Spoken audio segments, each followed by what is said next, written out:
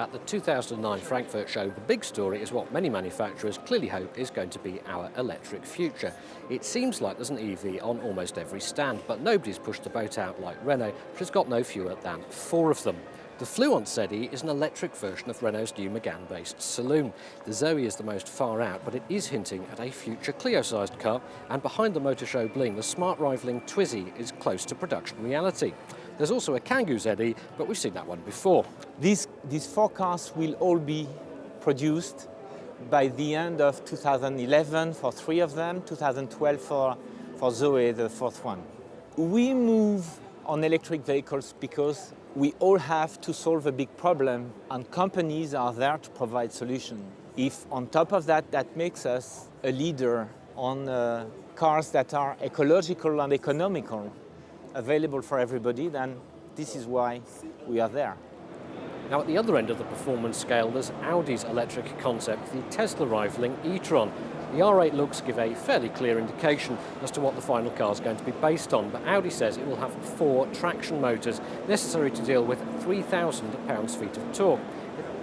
We plan to do a small series of a production car with a body shape similar to this car, and we hope that we can see it on the street at 2012.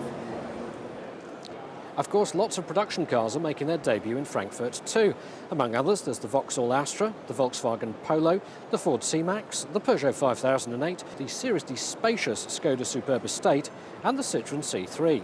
But the most exciting car on the Citroën stand isn't the C3, and nor is it the frankly rather silly Revolt concept, which feels closer to a tart's boudoir than a reimagining of the 2CV. Now, the car that really matters here is the one behind me. This is the DS3. Now, it's the first outing for Citroën's new and supposedly upmarket DS sub-brand, and the DS3 is being pitched as a rival for cars like the Mini. Obviously, we'll have to wait to drive it to find out just how good it is, but on first impressions, it feels like a smart, well-finished little thing. Then there's this, the BMW Vision Efficientdynamics, Munich's take on the supercar of the future, and a broad hint at a range-topping model. Now, it's definitely in the running for the title of the best-looking car at the show. The concept uses a 3-cylinder turbo-diesel engine and 2 electric motors to deliver a combined 356 horsepower, with CO2 emissions claimed to be just 99 grams per kilometre. What you see in this car is a very logical next step for BMW. It's tying into all the innovation that we're working on within BMW. Innovation as far as aerodynamics goes, as far as lightweight goes, as far as weight saving goes. These are all innovations and competence that we can see go in production in the future that we are very intensively working on from a BMW standpoint. Of course, no motor show is complete without some old-fashioned show candy, and Frankfurt has got plenty. There's the Ferrari 458 Italia, the Porsche 911 GT3 RS, and the gloriously pointless Lamborghini Revolton Roadster.